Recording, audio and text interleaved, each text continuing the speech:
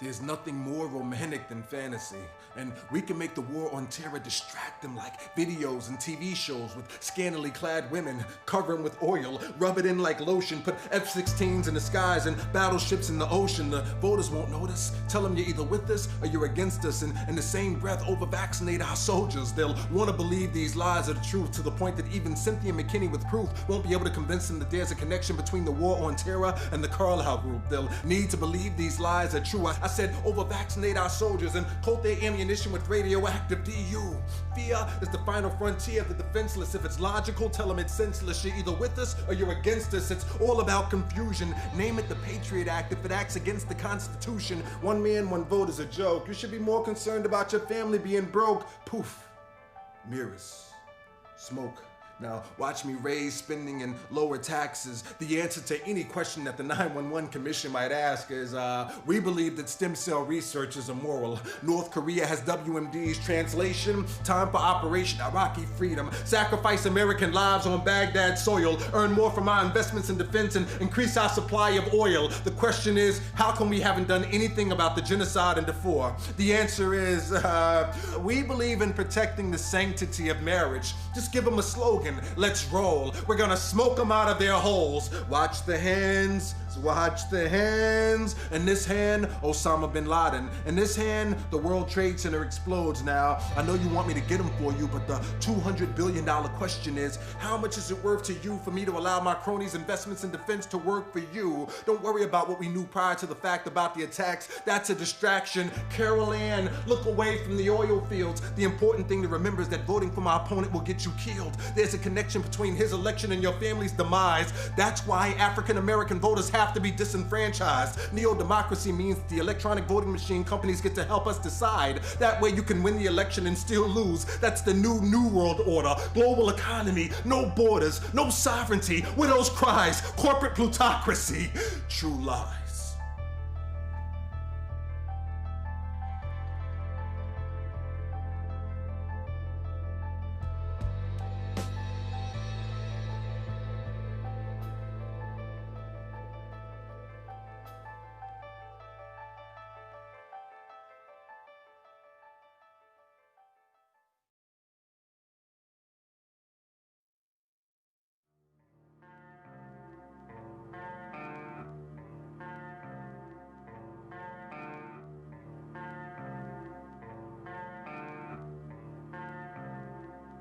Whites are so evenly divided that every time they vote, the race is so close, they have to go back and count the votes all over again. And which means that any block, any minority that has a block of votes that stick together is in a strategic position. Either way you go, that's who gets it. You're in a position to determine who go to the White House and who stay in the doghouse.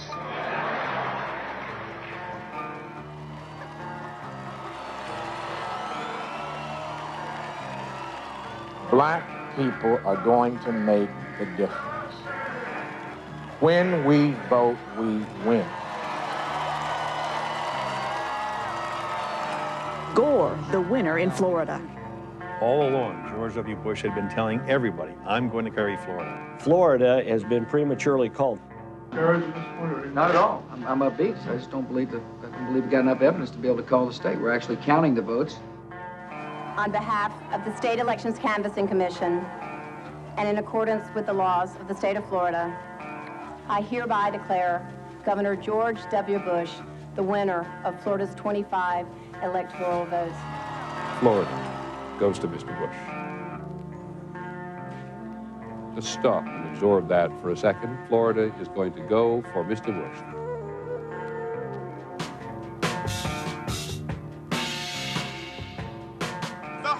System is on trial.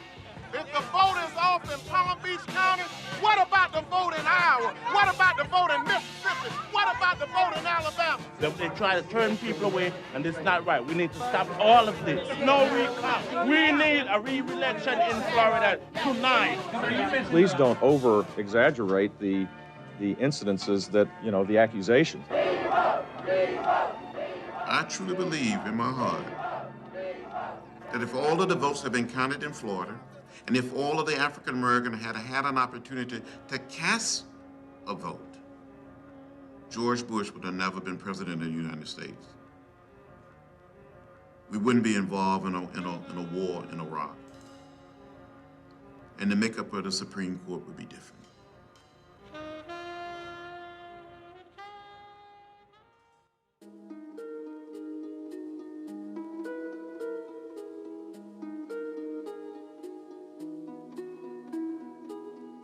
I'm not a scientist and I don't know much about formulas, but someone is trying to create a formula. Maybe they've already created a formula. And if we use what happened in this past election, and if I stop people at the polls before they get to the polls, if this was to happen again, would it prove to us that someone has a formula?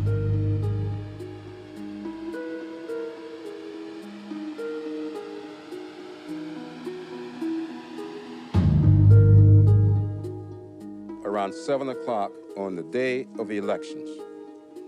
That was when I got the first phone call telling me that something untoward was happening in Florida. I was on my way to vote. There was a roadblock, and there were approximately 5 highway patrolmen there, and they stopped me. He asked me for my driver's license. I present my voter's registration to the lady, and with my driver's license, she said my name wasn't on the paper. What do you mean I can't vote? She said, you have been sent an absentee ballot, and therefore you can't vote. The supervisor wanted to talk to me. We have you listed as a convicted felon. You have been purged from our system. You've lost all your civil rights. One person, one vote. One person, one vote. Everybody matters. Every vote matters. Keep hope alive. I was slingshotted into slavery. That's how I felt. The suppression of the black vote is a key indicator. If we're stopped at the ballot booth, I think that the prospects for democracy surviving are quite dim. The NAACP are calling on the Justice Department to launch a civil rights movement. I don't believe the American people, even to this day, really understand what happened in Florida 2000.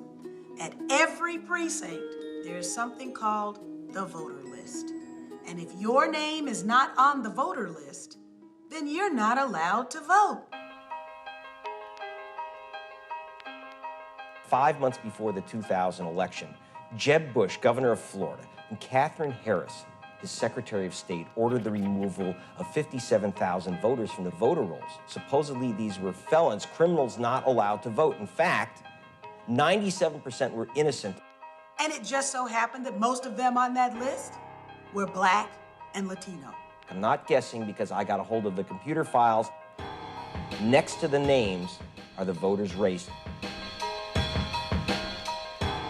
Ms. Harris, you're aware of allegations that a private firm that you contracted with produced a list of purported felons who were taken off the voter registration list. Yes, I am aware. And you became aware of the concerns raised about the legitimacy of the lists that were provided by the private firm? Yes, I became aware. And what action did you take in response to becoming aware of those concerns? If, again, I'm going to refer that to Mr. Roberts, and that he's in charge of those day-to-day operations. What specific actions did you take, Mr. Roberts? In putting the data together, there were identified by the supervisors of elections a significant number of persons who had not committed felonies that were identified on the list. Excuse me, Ms. Harris, when did you become aware of the concerns about the list provided by the firm?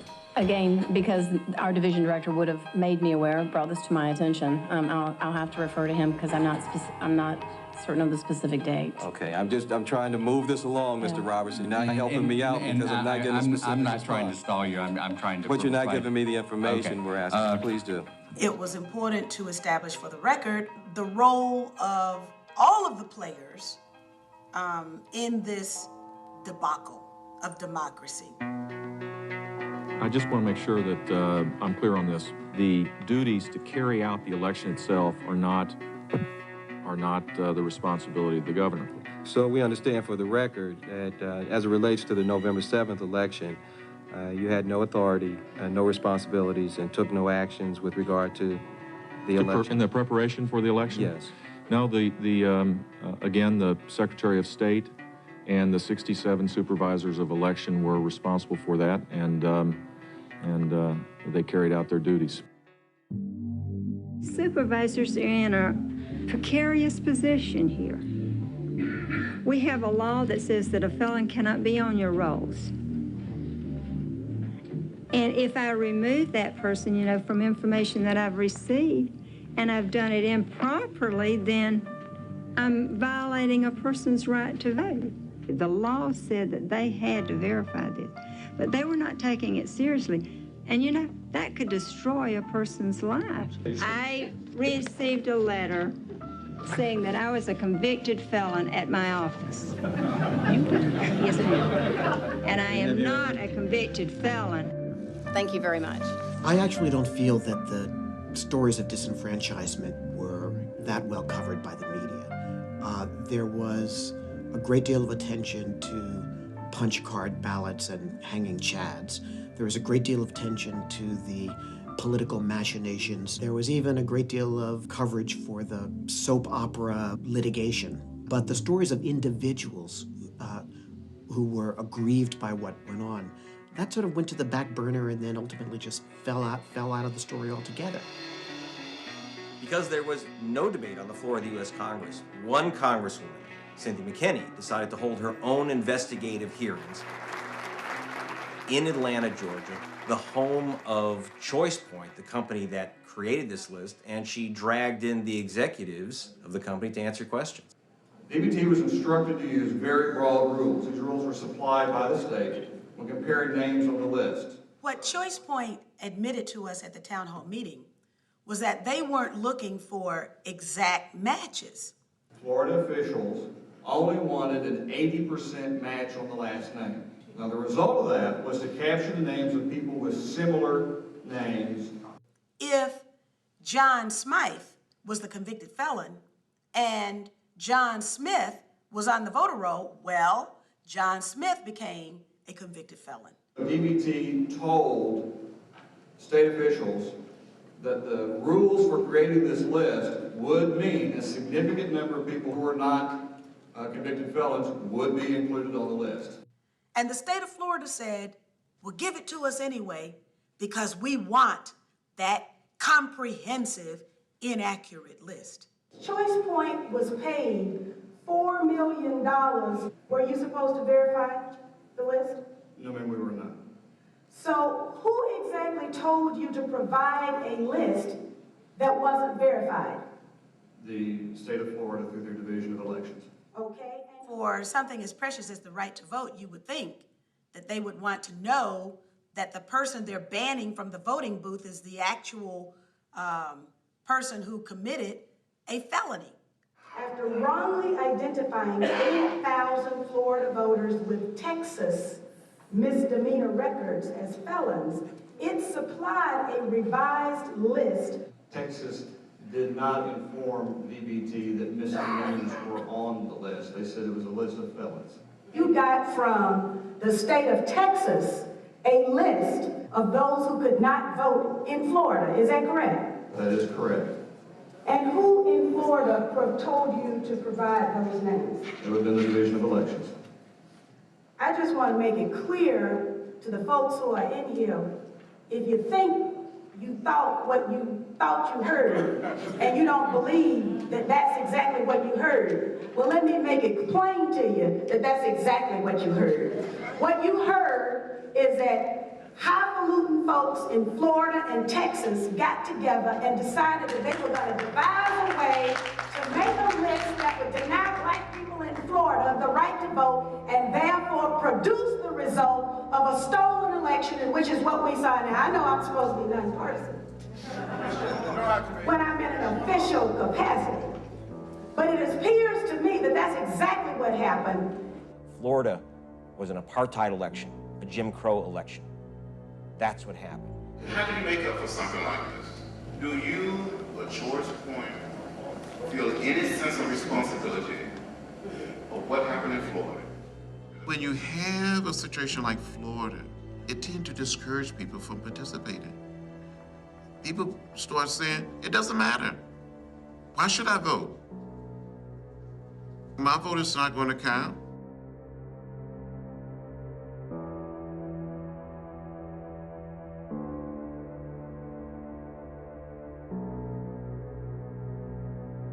The problem with this is that it was so in your face. We're gonna steal the election, we're gonna take over the levers of government, and there's nothing that the American people can do about it. Secretary Cheney and I are honored and humbled to have won the state of Florida, which gives us the needed electoral votes to win the election. We will therefore undertake the responsibility of preparing to serve as America's next president and vice president. Bush, do solemnly swear that I will faithfully execute the office. The Florida experience was traumatic. When you think about it, the right to vote is key to the whole constitutional democracy that sets us apart from any other country on the planet. Telling the truth about the 2000 election set me on a course to telling the American people all that they needed to know about this administration.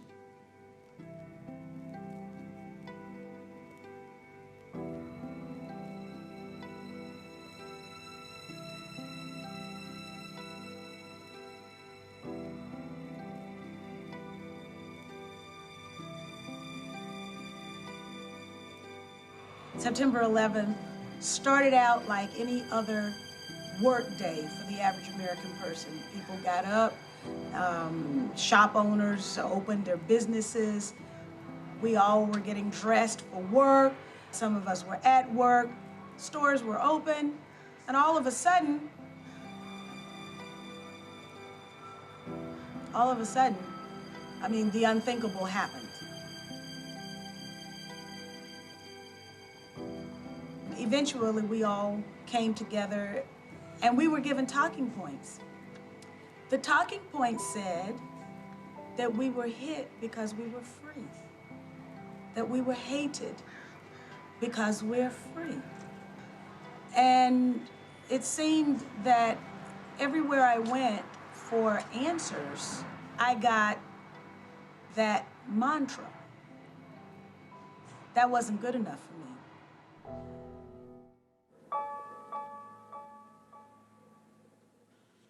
And I thought you'd be interested in this. This is the outline of the 911 Recommendations Implementation Act. Okay. Okay. That's separate from the Terrorist Reform Act. Okay. Some people are going to ask very safe questions, but someone like me, who's not an insider, who's not looking to be an insider, whose responsibility first and foremost was to the people and not to the system, someone like me is going to want to get to the heart of the matter, to the root, to the truth.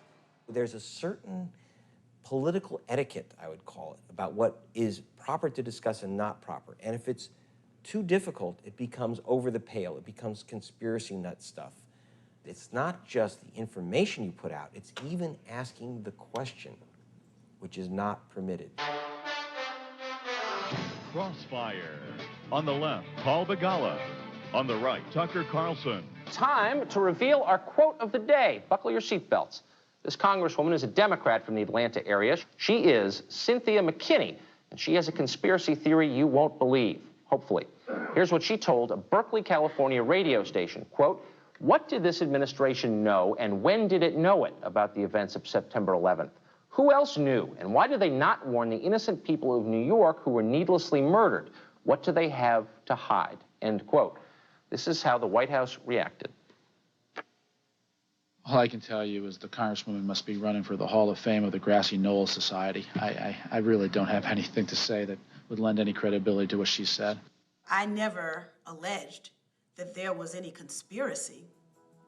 What I suggested was that there were warnings that came into this administration. Now is the time for our elected officials to be held accountable. Now is the time for the media to be held accountable. Why aren't the hard questions being asked? We know there were numerous warnings of the events to come on September 11. Vladimir Putin, president of Russia, delivered one such warning. Those engaged in unusual stock trades immediately before September 11 knew enough to make millions of dollars from United and American Airlines, certain insurance and brokerage firm stocks. What did this administration know, and when did it know it?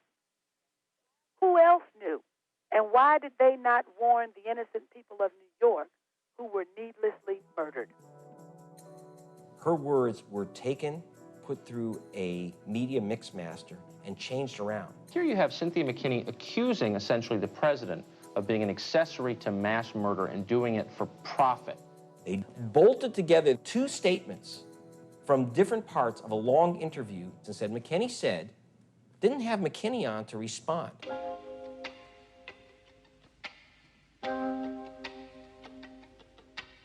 We had President Bush place a phone call to Majority Leader Senator Tom Daschle asking him not to investigate the events of September 11th. And then, hot on the heels of the president's phone call was another phone call from the vice president asking that Tom Daschle also not investigate the events that led to September 11th. My question is, what do they have to hide?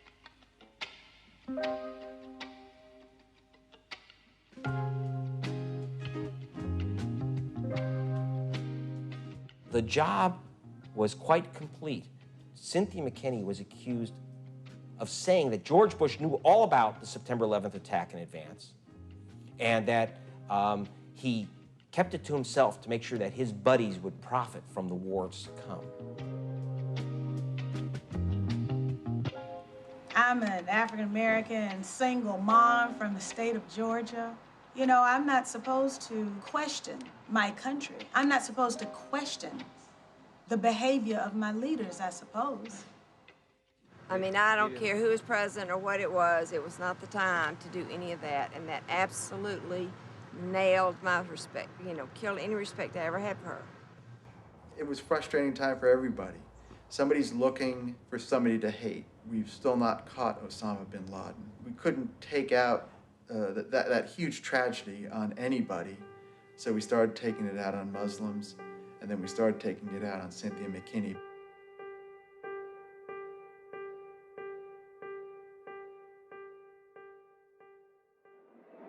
I'm asking you to question why my opponent has continued to vote against appropriations for military and intelligence support. If you want to continue to have the liberties that you have, you are going to have to make a sacrifice, just like my parents sacrificed, your parents sacrificed, and if you don't think it's worth it, then you need to move somewhere. And I'm not surprised at all at anything Denise Majek says. Remember, she's against the minimum wage, she's against affirmative action, she's against reparations. She's always been viewed, especially by her Republican or white constituents, as being in opposition to them. Her focus seemed to be only on her core group of voters, which is basically black voters in South DeKalb. I think she manipulates, the black voters, and plays a race card to get herself elected. Makes her, in my opinion, one of the dirtiest politicians there is. I guess the Republican mindset had grasped onto Cynthia McKinney's 9/11 comments and used that to somehow say that she was un-American, that she was a threat to America. That spilled over into the media. A writer on the AJC had written a story about her contributor list, saying that she was taking money from terrorists. The story that I did was she had her second best day in 5 years of political fundraising on September 11th. That's what the campaign disclosure said. The names on those lists are several Muslim people You know, I would be remiss to say I'd be worth much of a journalism about that if I didn't investigate that. On 9/11, while the rest of the world watched in horror at the tragedy that was occurring across our country, you were counting money received from some people who have been named as Arab terrorists. How do you explain that? We don't racially profile our contributors. All of our campaign contributions are legal. Now, my opponent, on the other hand, has an awful lot of Republican money going into her coffers. I can't really complain about the way they handled the coverage because obviously I was delighted every time they slammed Cynthia McKinney. Were I a scholar looking at it, yeah, I might tend to be a little bit more critical. The Republicans were after McKinney because she's a progressive African-American Democrat and was a very vocal critic of George Bush. The brains behind this was Mark Davis, a known Republican operative to who this day brags about this. See, they don't deny it. This is a South Georgia wild boar, weighed about 200 pounds, from our hunting club on the Ocmulgee River.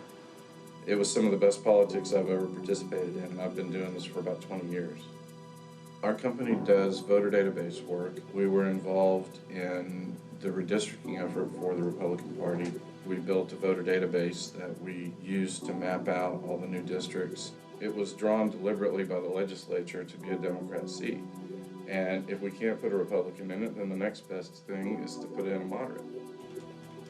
I recalled the way that Republicans used to exert political influence when we were an extreme minority, and that was through crossover voting.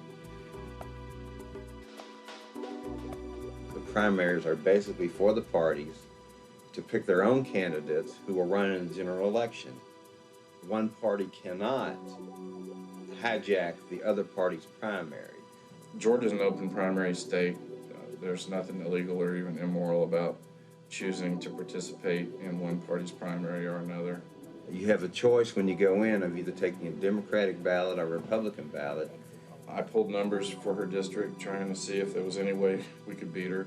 They knew a Republican could not beat McKinney, so they concocted the scheme to have their candidate, Denise Majette, run in the Democratic Party, hoping that she would get some Democrat votes, but knowing that would get all the Republicans to cross over. What we were basically talking about was asking Republican voters to leave our primary and vote in the Democrat primary for a black female Democrat. It's a tall order. It was very hurtful and painful to see an African-American female agreeing to be a part of that conspiracy. Well, it's just another way to deny black people the vote. You figure out a way to trump their vote, and that's what they figured. Black people were lynched in America years ago as examples so that no uppity black person or progressive white person would make a mistake. They lynched union people too. So one of the latest lynching, now done electronically, was of Congresswoman Cynthia McKinney. All it took really was communicating to the community that yes, this was an organized effort, and that if they would cross over and vote against Cynthia, they'd be joined by thousands of other people. I had received a mail out for this group, goodbyecynthia.com, and they were using the slogans, anybody but Cynthia, because I'm a white married male living in North DeKalb County, and they assumed I didn't like her either. It shows her being erased, and when you open it, she's almost gone, and there's just a pile of eraser crumbs. The emails that we sent out were humorous. People forwarded those emails all over town, and it helped drive traffic to our site. They said every time they called somebody to ask them to cross over and vote against Cynthia McKinney, it almost seemed like people came through the phone at them saying, oh, I want to help, how can I help?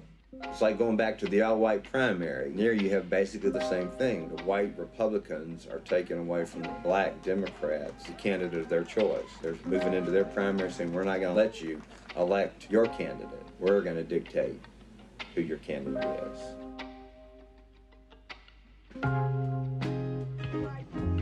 We have some very difficult days ahead. Don't sit here in DeKalb County and not think that more is before us, and that is the war in Iraq. And therefore, what are you going to do with this woman here? Where are we going to be without her? What are we going to do without her? can imagine what it's going to be. Don't let what happened in 2000 play out again on August 20th, 2000. Knock on doors to bring out relatives that all might come to the polls to support and sustain her, that justice might prevail. We ask in Jesus' name. Let everybody say, amen. The joke has always been up here when you go into primary day, you go either to the Republican table or the Democratic table.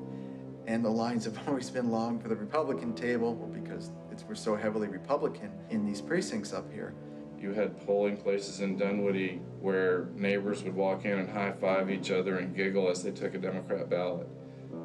There was basically no Republicans voting that day in DeKalb County. What can you say when you get about 5,000 Republican votes and 117,000 Democratic votes in a district that's 62% Democratic and 38% Republican? Clearly, the Republicans crossed over. It was not a good day for me, even though I had to put on the face of being a good, happy person. Tonight, I lost an election. You won. But I maintained my spirit.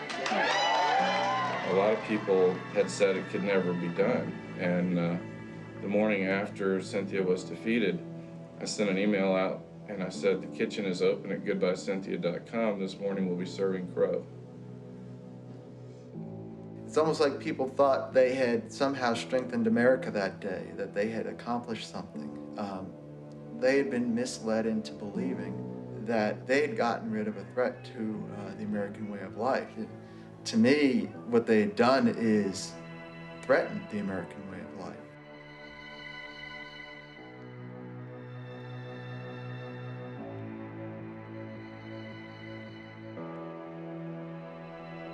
I worked in hundreds of campaigns, and the work that I did in this one was pro bono, and I never made a dime. I viewed it as community service. I was on the waiting list for this for over a year, and got the second one in the Southeast. I do a lot of hunting and fishing, and it gets me in and out of the swamp, tearing up my vehicle. In terms of the money trail from the National Republican Party or from the White House down to people like Mr. Davis, you may not ever see that. But this was something that certainly the National Republican Party really put on their agenda as a priority to defeat this woman. The environment here in Washington was, as you said, anything that anybody could conceive of being against government or speaking out against the grain, you were ostracized. That was a fact. It was a warning. They throw her corpse over the wall as a warning to others. They hang her from the tree because when they see her swinging from the poplar tree, every politician knows you don't ever raise these questions. We're gonna see when you stand before the maker. Can you bring your big house and your fancy car and bank account? That's right. When you stand before this political lynching. By the time it's in the papers tomorrow, you deserve to be the laughingstocks of America for this travesty that happened in Georgia tonight. Right. This was a travesty that happened. Right.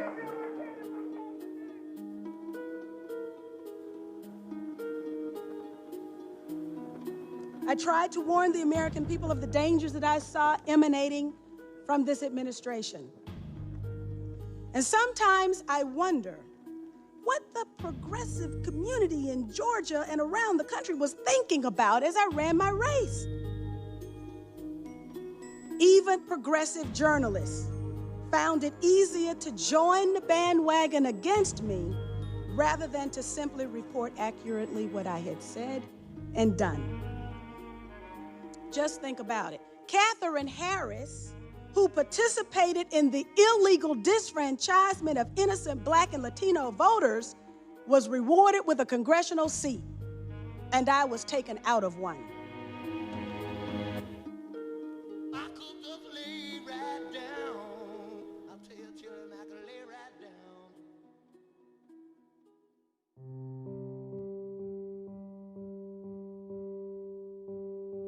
People didn't wake up one morning and say, we're going to pass the Voting Rights Act.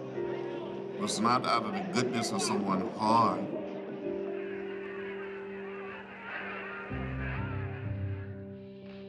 But people struggled. People bled. People died. When I was growing up many years ago in Southeast Alabama, people could not register to vote simply because of the color of their skin. They had to pass a so-called literacy test, interpret certain section of the Constitution, pay a poll tax. And I remember one day standing there with about 60 African-American men and women to get a copy of the so-called literacy test. And the sheriff, very big man, mean man, he said to me, "John Lewis, you're an outside agitator. You're the lowest form of humanity." I looked Sheriff James Clark straight in the eyes and I said, "Sheriff, I may be an agitator, but I'm not an outsider. I grew up only 90 miles from here, and we're going to stay here until these people are allowed to register to vote."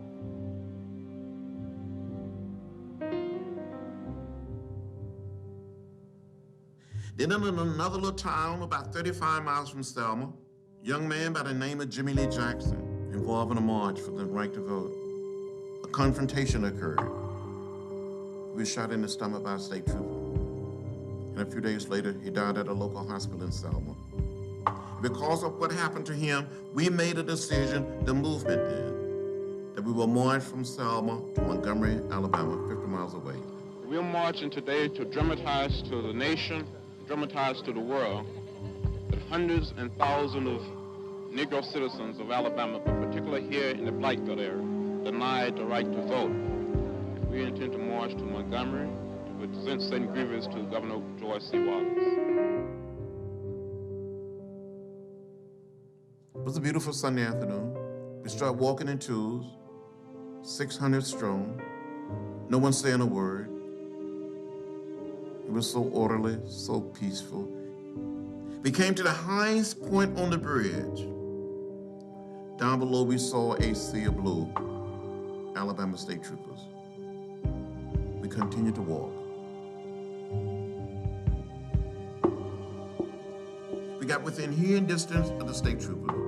A man identified himself and said, "I'm Major John Cloud of the Alabama State Troopers. This is an unlawful march. It will not be allowed to continue." See that they turn around and disperse. They came toward us, beating us with nightsticks and bullwhips, shrimping us with horses.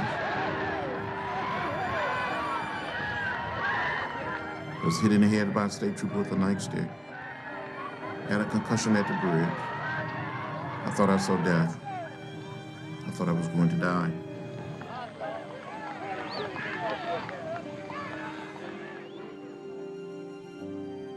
The next thing I knew, I had been admitted to the local hospital in Selma. Dr. King came by and said, "John, don't worry. We will make it from Selma to Montgomery. The Voting Rights Act would be passed." And he was right. 2 weeks later, we marched all the way from Selma to Montgomery. And President Johnson signed the Voting Rights Act into law on August 6, 1965. The Voting Rights Act changed America, not just the South. But it changed America. It transformed Southern politics. When black people started registering and voting.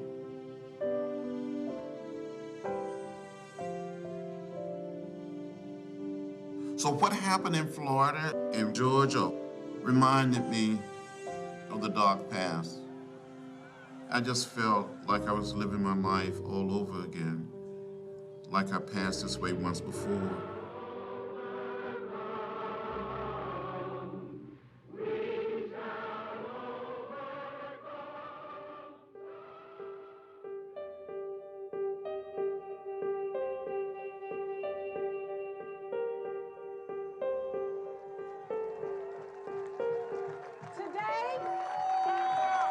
We are confronted with a new urgency.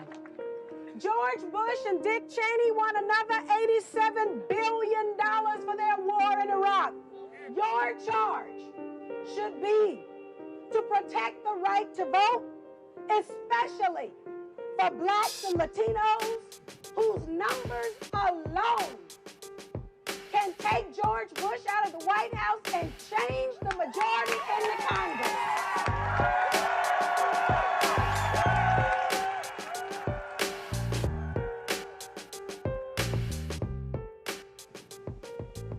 Is participating on a panel whose purpose is to discover the truth dangerous? It shouldn't be. This is still America. And will I continue to do the work that I was doing before I left Congress?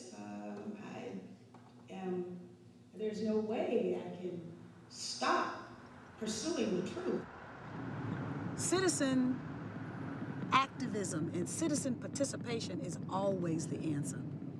It's amazing that it's happening right here in New York City. New York City certainly has the greatest pain. And here, the most profound questions are being asked. Nobody got the whole story of what happened in 9/11. All I can say is that someone knows the truth. Someone knows the truth of it. Someone knows the truth. And he's still in office. Our quote of the day is a highfalutin "I told you so" about September 11th. Now, who would be in a position to claim that? Back in March, Democratic Congresswoman Cynthia McKinney of Georgia insinuated that the Bush administration may have ignored warnings about September 11th. McKinney now claims she's been vindicated and is the source of our quote of the day. I was derided by the White House right-wing talk, radio, and spokespersons for the military-industrial complex as a conspiracy theorist. I think probably those comments would be seen differently now. On the other hand, I think that she probably still would have been beaten. You know, timing is everything, and unfortunately, what she said really kind of came to fruition, but a lot of people didn't want to hear it. And now that they sort of know about it, they still don't want to hear it from her. So while our macho commander-in-chief, from the safety of a presidential entourage who carefully scripted stage props, tells the Iraqis to bring it on, tonight we stand with the families, and in the most passionate spirit of patriotism, we say, bring the troops home now.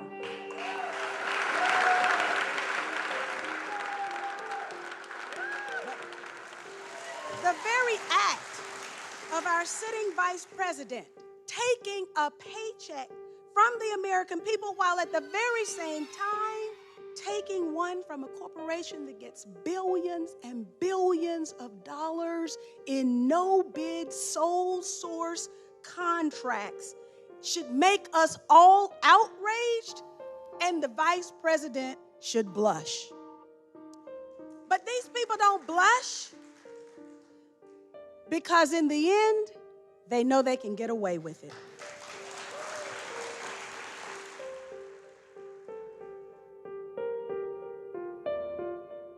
I'll be afraid for her sometimes, you know what I'm saying? Like, she walking around with scopes on her forehead, with infrared green, infrared beams all on her dome, you know what I'm saying? Because it's dangerous. And that's why all them other dudes are scared, because they don't want to get crucified in the media like she did.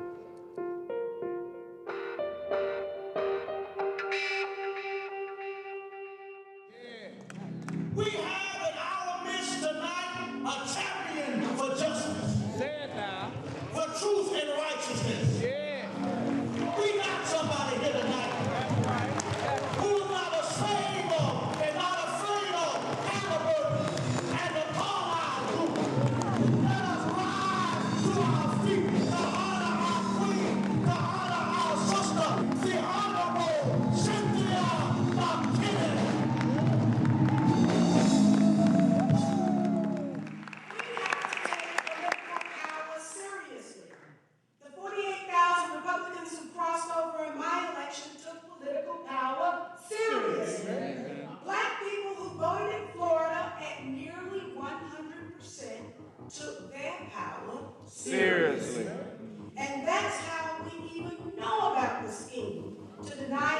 our right to vote and to deny our votes being counted. Florida became the rallying cry that it was because we flooded the system with our black ballot power. Truth of the matter is that the media, large corporations, the people who control politically our country today, do not want you to participate. That's only bad for them. They want a low turnout of primarily upper middle class people. They want big money to dominate the political process. Their nightmare is that young people, lower income people, working people jump into the political process. They do not want that. I want to be more informed about the whole thing because, like, a lot of my folks is basically like, fuck voting ain't shit. She the only reason why I even got into the whole electoral process. Remember George the Daddy lost his job because black people voted. Remember Newt Gingrich lost his job because black people voted. Yeah. If you want this country to live up to its noblest ideals, we must state categorically and without equivocation that we are forced to be weaponed.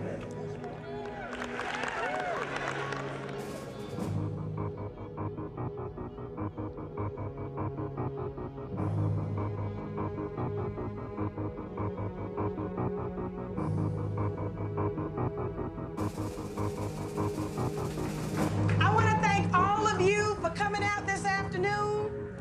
I want to thank you for not giving up and not giving in when the going got tough. We've learned some important lessons, and one of them is how really important this congressional seat really is. We've also learned how important the truth is, because powerful forces are working real hard to keep you from knowing the truth.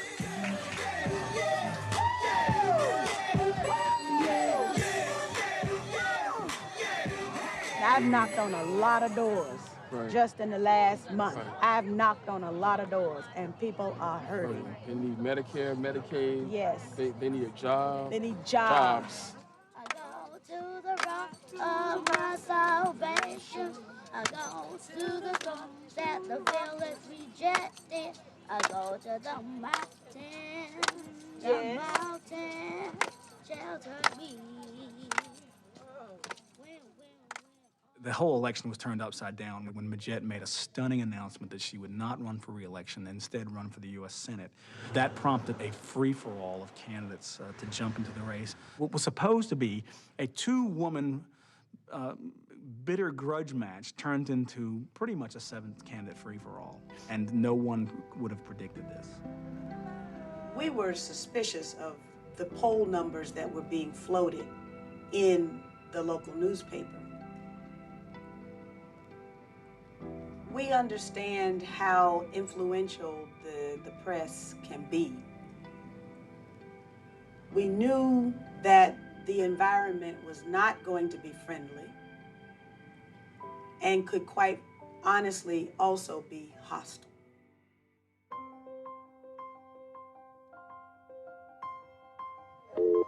DeKalb Emergency 911. Hello? Do you know this person? Where are they trying to get in from? Tell me exactly what happened. If the door is locked, the white male. Continue to stand on line with me, okay, until the police get here. Then I need to know who the heck this is that's accosting me.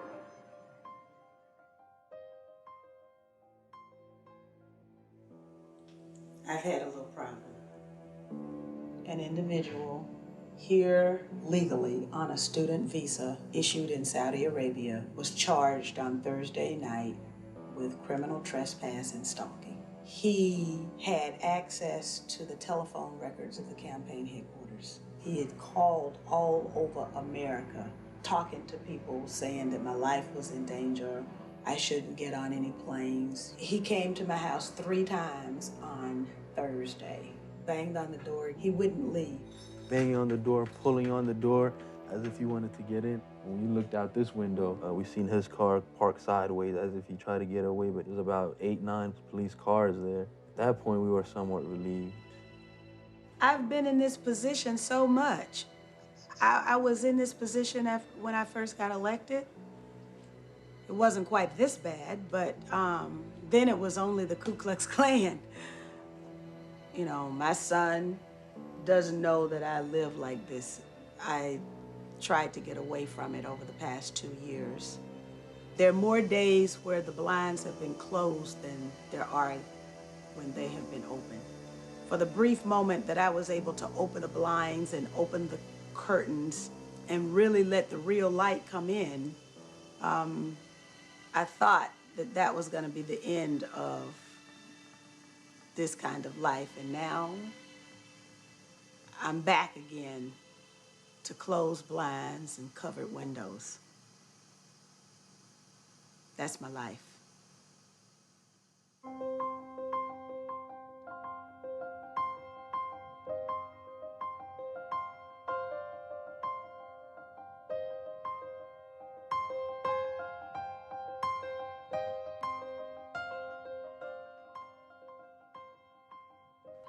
It's now a day before the election, and McKinney is basically fighting the political fight of her life. When you lose your party's nomination, conventional wisdom has it, it's very hard to come back. We can't take anything for granted. We have got to make sure that we have the turnout on Election Day. And just as we discussed a little bit earlier, you're going to write down the number of voting machines and do a comparison with the number of registered voters for that precinct. NAACP takes this process and procedure very, very seriously. And yes, we are also looking at the fact that we're in the South, and Georgia happens to be one of the 9 covered states under the 1965 Voting Rights Act. So we want to ensure that no infractions occur and everybody is allowed to legally do their duty, civic duty of voting. That's the way the hackers hack, is through the phone line. So you want to make sure that you've got your vote total before they connect the machine to the phone line. Got it? Goodbye. I'll see you. And good morning. I'm always a pessimist, so I'm nervous. It feels better this time than last time, that's for sure.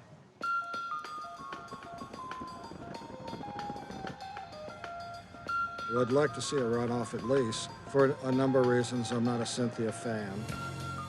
But I'd be surprised if she does well. For Cynthia McKinney, she was right the whole time. Bush was lying.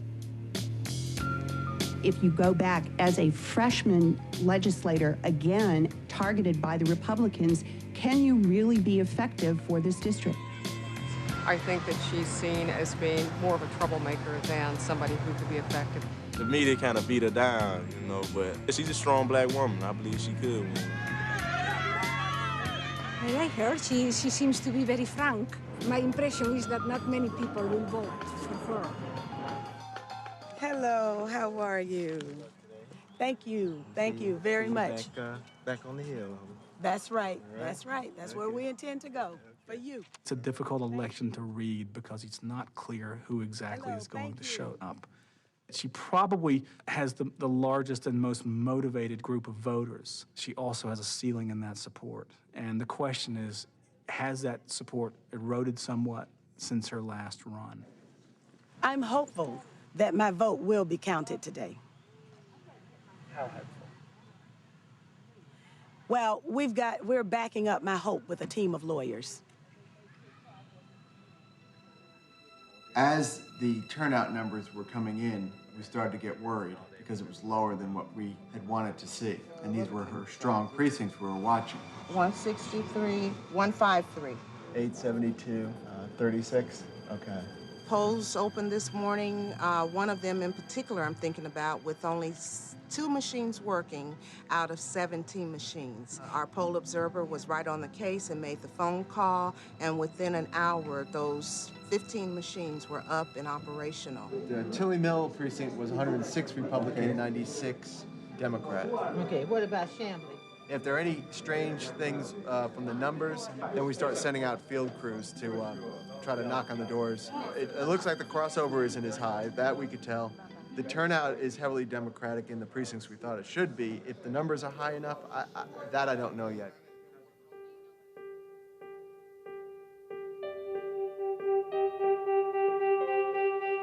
When the initial tally came in, like 8%, it was Cynthia was like third place behind Levitan and Woolard.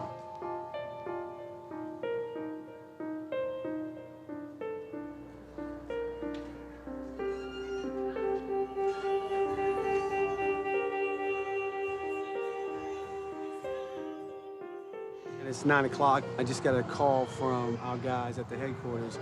Cynthia has now moved up to second place, and that's only with the North DeKalb precincts reporting at this point right now. Hey, what time is this about? Because you jumped up pretty good in the last 2 hours. They're coming faster now? Okay.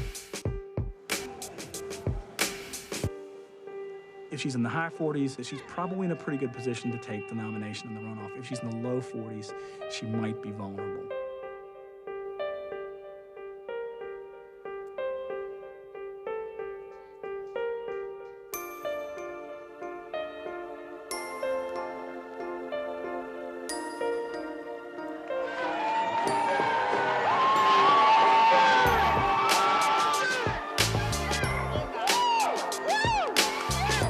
It's now 10:25, and something beautiful just happened. Cynthia McKinney just went from second place, jumped up to first place with 50% of votes already in.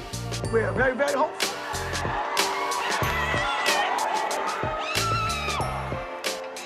What we learned was, in fact, her turnout was good. And because she had people out in the street, because she was talking to people, because they missed her, her base came out, and they came out strong. They'd been misled, they had been duped, and they weren't going to allow it to happen again.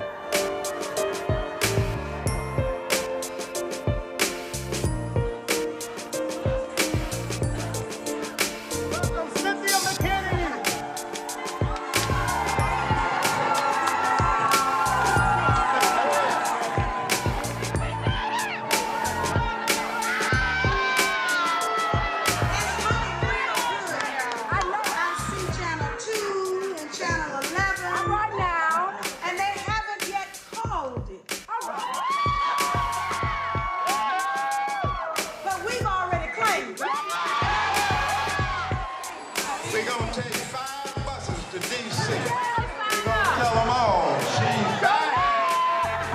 2 years ago today, I told you that Georgia's history train would keep on rolling. And tonight, the history train is on track. The people of the 4th Congressional District just took care of that with one of the greatest political comebacks of our time.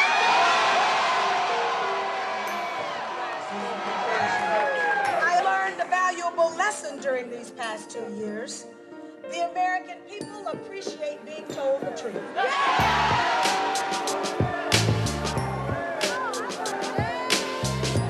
This race was about civil rights.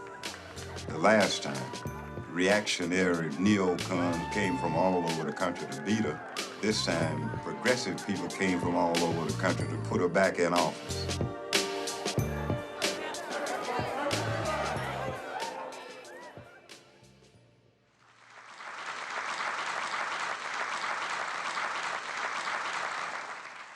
Does the Democrat Party take African American voters for granted? It's a fair question.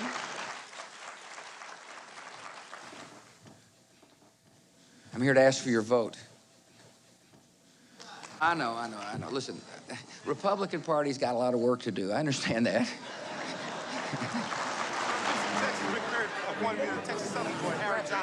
Thanks so much. We're trying to get a picture. This is nasty. Get a big look and make the news. Yeah, exactly.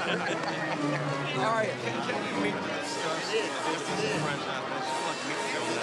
It's a big issue. I got to clear it with your mentor, Roe. Will you do that? I'll talk about it, yeah. We lost 1 million votes, and it's a lot of reasons. That's a mistake. So can we meet on? I'd like to meet with them. I'll let you know. I'll call him right now. All right. Roe. Freddie. Well, he's your mentor. That's what he said. I'm in the same county your parents live. Odd county. Yes, sir. We will win Florida and Ohio. We will take at least 2 or 3 or 4 states that were won by Gore in the last election. The W sign.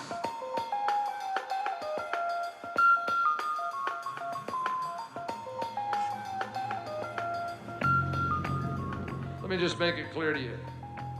We're not going to let this be a repeat of 2000.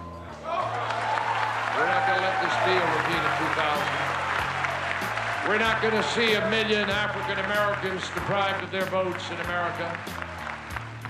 The anticipation of the results coming in tonight is going to fill everybody with kind of joy that this community hasn't had for a very long time. So now I am on my way to a precinct where we've had problems with provisional voting.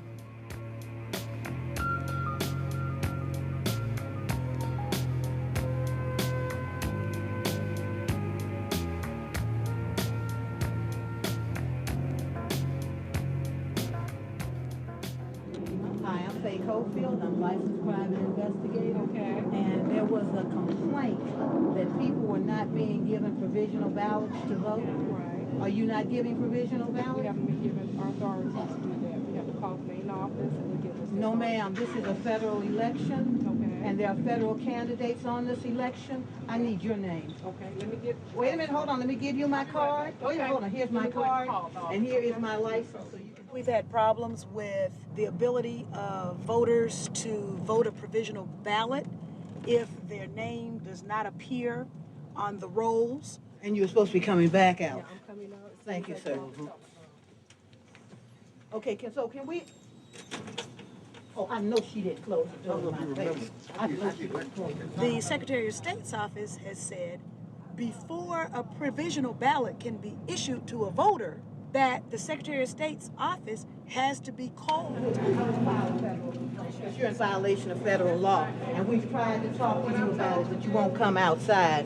Nobody's gonna play with you. This is a person's right to vote. Okay. What kind of micromanagement of the election process is this that ends up potentially disenfranchising duly registered voters? And they will not talk to us. They wouldn't talk to me, but I told them I was gonna file a federal complaint, so we're gone.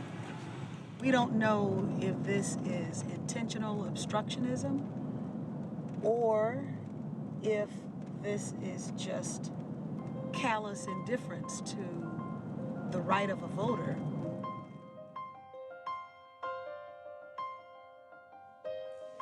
Am I ready to go? You ready to go? Okay. Well, a rare vote of approval from my mother. Precincts reporting in the state of Georgia, President George W. Bush with a commanding lead, 62.6%. I don't believe that. Senator John Kerry, 36.5%. Wow. I don't know where those people live. They on a different planet. New Life Flat Shows 1026. This is beautiful. Crossroads 909, Memorial South.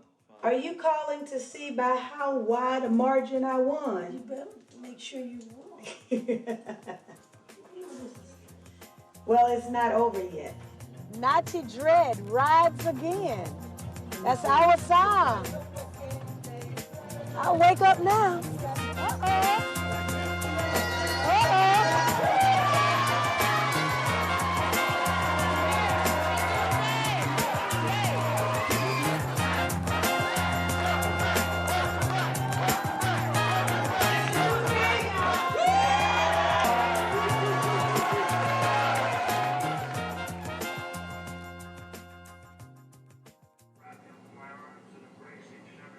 This is totally incredible. The voters turned out in historic numbers and delivered a historic victory. The president told supporters. America has spoken. You have to give it to them. All you can say is they're good. They're good at what they do. We have to get better. After the election in 2004, we began to get complaints from all over the country about things that had happened to people. We document them. But one state had more people calling in disgusted, sometimes crying, some dejected, some swearing they would never vote again. Ohio. The black vote, which is so instrumental when our vote is counted, was again targeted in several ways. The longest lines, the most eliminated provisional votes, the most inconvenienced, the most victimized by precinct manipulation, with machines unused in warehouses. The machines were dry while the voters were wet. The lines in the black precincts were 2, 3, 4 times as long as those in the suburbs. Now, some say, well, gee, that's just an accident. When you see that kind of an event, you better believe someone intended that. Now, why was that intended? Because somebody doesn't like black Americans? No. It's because black Americans have this propensity, statistical propensity, to vote 9 times out of 10 in support of a Democratic candidate. I think some things are just really simple. You ask for my money through taxes. You want my son to die for you. You want my daughters to wave the flag. You have to give us the reason why. My vote and everyone else in this room and across this country must be counted, must be awarded that. If we're going to shed our blood and we're going to work every day in our laborious task. Now what are you going to do for us to keep doing that for you?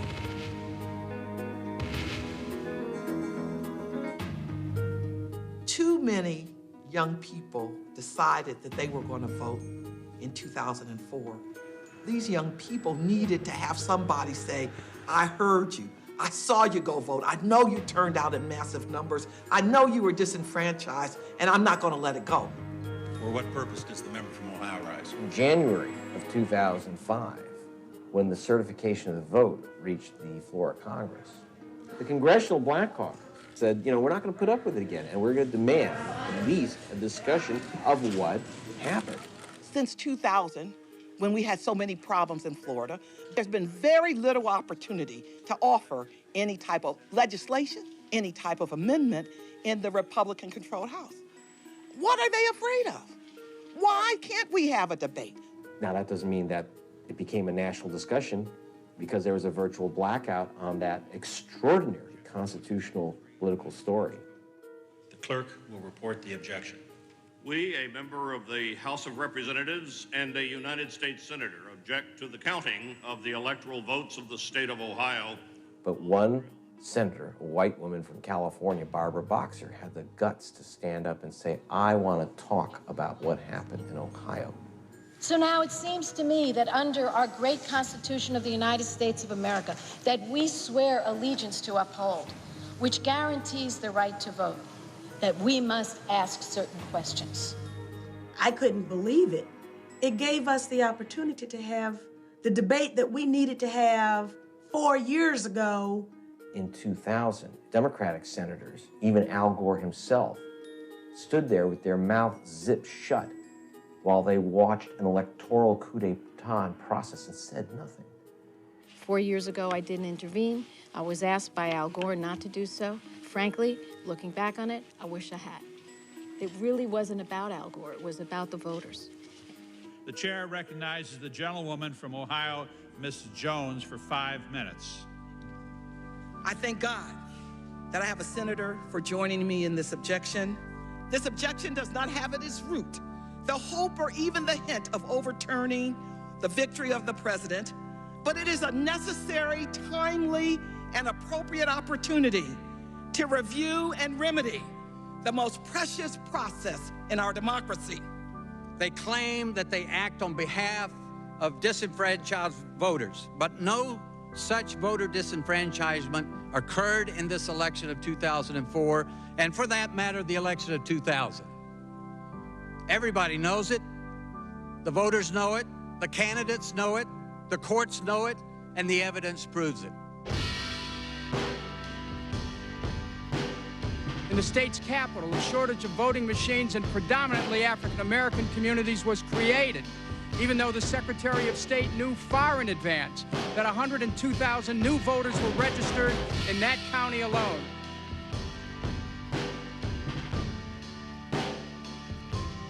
knew going in there were going to be lines. It was one of those things where, because 102,000 more people voted in this election across the entire county, there were lines across the entire county.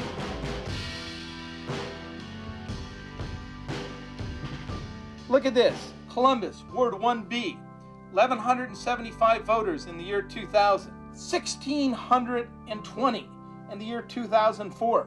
Voter registration up 27%. Machines, 2 are gone. 18% increase in registration. They took away a machine. 24%. These are all in Columbus. They took away a machine. The accusation currently is that the deployment of machines migrated from the inner cities where they had been already placed out to more affluent Republican areas of town, and that this disenfranchised particularly African American voters and added votes to the Republican side of the ticket. So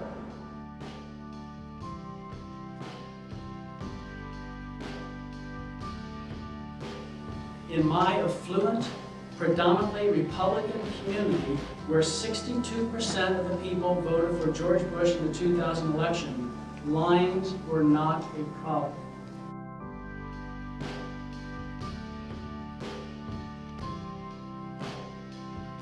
I agree with millions of American citizens that no American should have to wait 4 hours to cast a vote.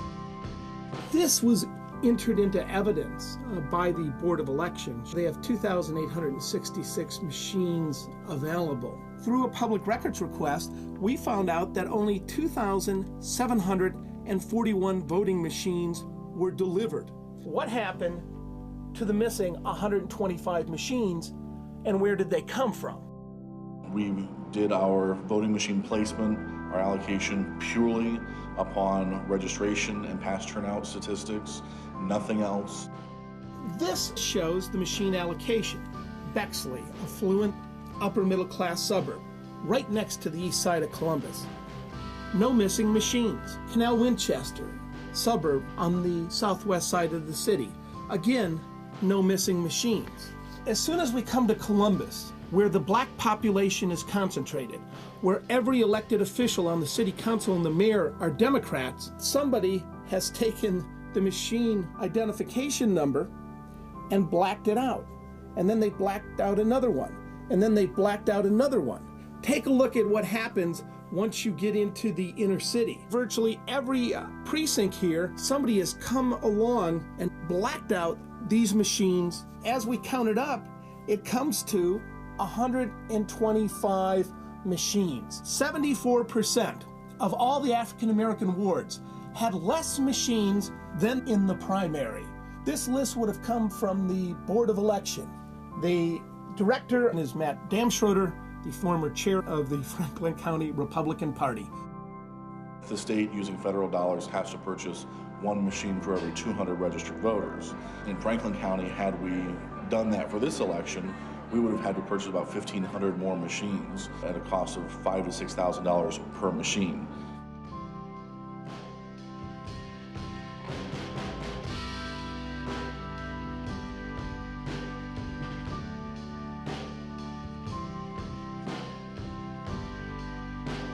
There was a system of challenges set up by the Republican Party where they went out, like the Night Riders did before the Voting Rights Act, and said, that person shouldn't vote.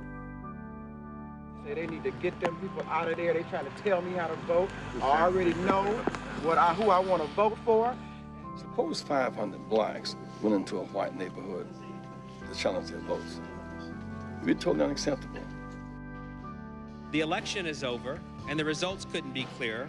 Why are we here wasting time on silly, Hollywood-inspired conspiracy theories?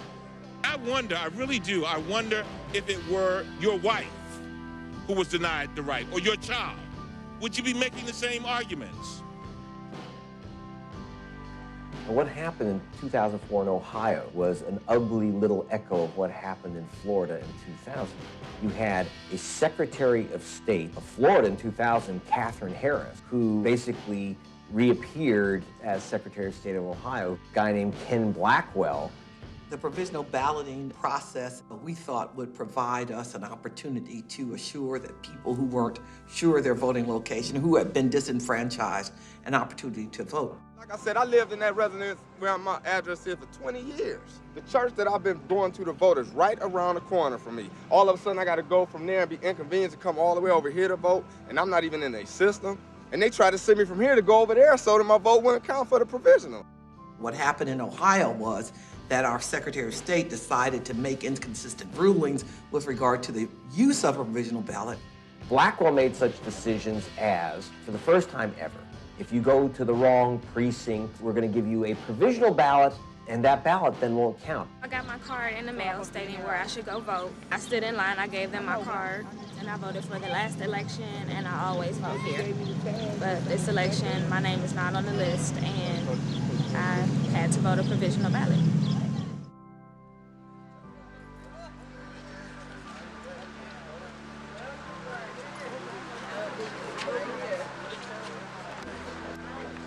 Mr. Kenneth Blackwell, I'm ashamed to say an African-American man, has failed even to follow Ohio's election procedures, let alone procedures that comply with federal law and constitutional requirements. I'm just photographing for election protection.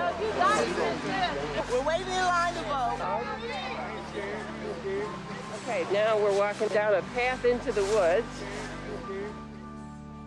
Earth to Barbara Boxer.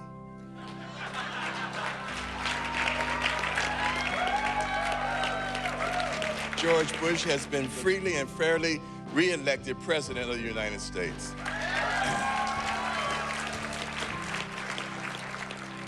Blackwell, just as Katherine Harris did 4 years earlier, made a series of decisions on how the vote should be counted. Now you have to understand that Harris was the chairwoman of the Bush election campaign in 2000 while she was in charge of counting the vote for the state.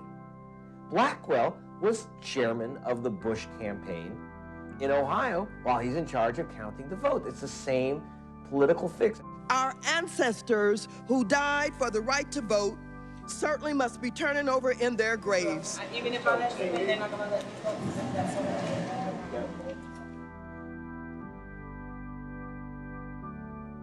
There's something wrong with our democracy.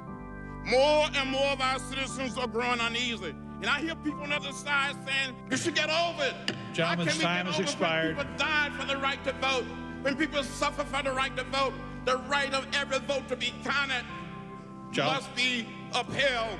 Our Vice President has told us to expect war for the next generation. It is not only our responsibility, but our right to demand full democracy at home. And we do that by our actions today. This is not merely about bitterness or a recount. This is about a blackout. It's time to end the blackout and shine the lights on our precious right to vote.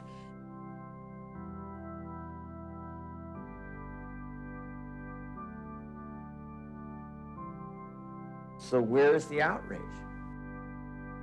Americans grow up with the idea that we are the great font of democracy. And we were, but we are no longer committed to it. We'd rather hold on to the myth than fight for the reality. You know, the Democratic Party saw the writing on the wall, but there was something else to it, which is that these are black voters. And we have an apartheid vote counting system in America. We have an apartheid political system in America and an apartheid news media system. If a subject is the black voter, it ain't a story.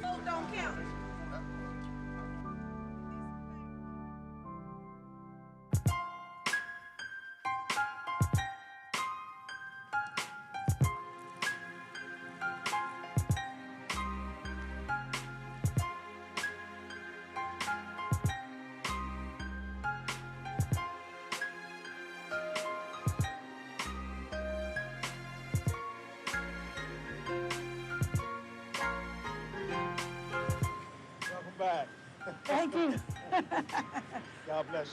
Thank you very much. See, all of this is new. All of this concrete and the flowers, which are a fancy barricade, the guard shack.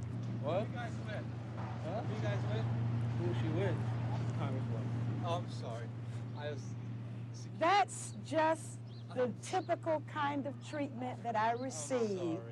It's typical, so I'm not surprised and I'm not offended. I hope not. I'm sorry. Okay, thank you. Some things never change. That's what Tupac said.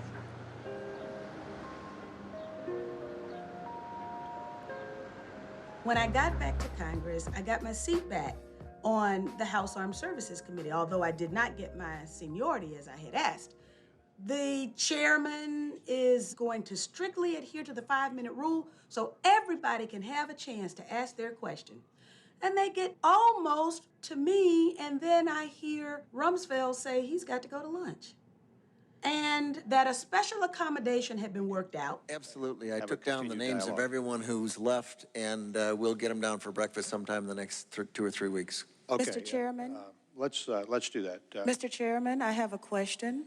Yes, the gentlelady's recognized. Thank you, Mr. Chairman. Would that breakfast with the secretary be open to the public? Well, if you want to bring all the omelets, it might be. Well, Mr. Chairman, there are many of us who have important questions, and my question in particular is about the 4 war games that were taking place on September 11th and how they may have impaired our ability to respond to the attacks on September 11th. Well, let me say the gentlelady I would like that question to be answered in public, Mr. Chairman. Okay, those chairs are in that hearing room because the public is invited to hear just exactly what the military policies and priorities of our country are going to be. And a private breakfast was not the setting for the public. Thank you, Mr. Chairman. McKinney has kind of a political Tourette's syndrome. You know, she just can't stop herself from saying the truth, no matter how much trouble it gets her in. While all of this was going on, DynCorp kept the Pentagon contract to administer the smallpox and anthrax vaccine. Mr. Secretary, is it policy of the U.S. government to reward companies that traffic in women and little girls? That's my first question. My second question, it's not this genteel kind of back and forth where nothing gets done. I want to see my secretaries, my cabinet, respond to the real questions that I tend to ask. There are serious financial management problems at the Pentagon. Fiscal year 1999, $2.3 trillion missing. Fiscal year 2000, $1.1 trillion missing. The Pentagon has claimed year after year that the reason it can't account for the money is because its computers don't communicate with each other. Who has the contracts today to make those systems communicate with each other? How long have they had those contracts? And how much have the taxpayers paid for them? Finally, Mr. Secretary, I do expect the written response to my previous question, hopefully by the end of the week. Usually politicians follow under massive firepower cover. She's out in front taking the first arrows. The answer to your first question is no, absolutely not. Well, how do you explain the fact that DynCorp and its successor companies have received and continue to receive government contracts? There are times that corporations can get off of out of the penalty box, if you will, and be permitted to engage in contracts with the government. This company was never in the penalty box. If you could proceed to my second question, please.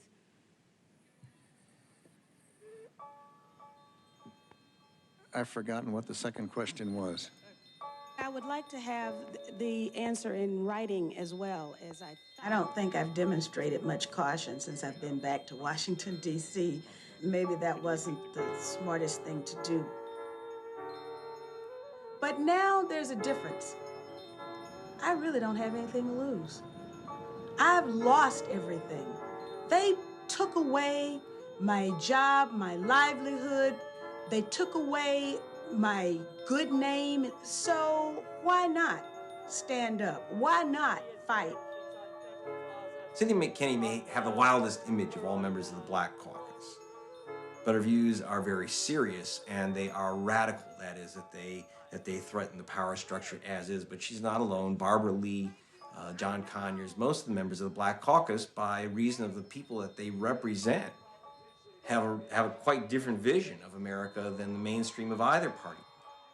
It's those voices that this mass disenfranchisement of black voters is trying to silence.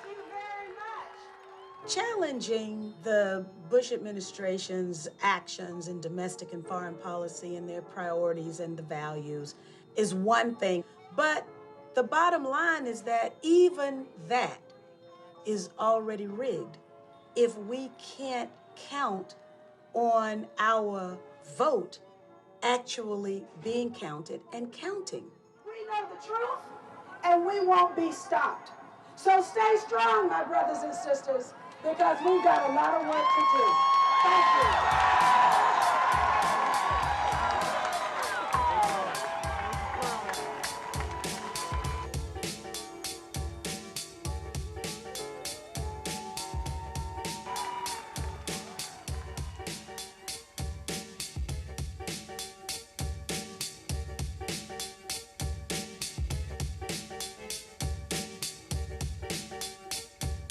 Ladies and gentlemen, there comes a time when people of conscience are compelled to dissent. We love our country, and that is why we dissent. Thank you.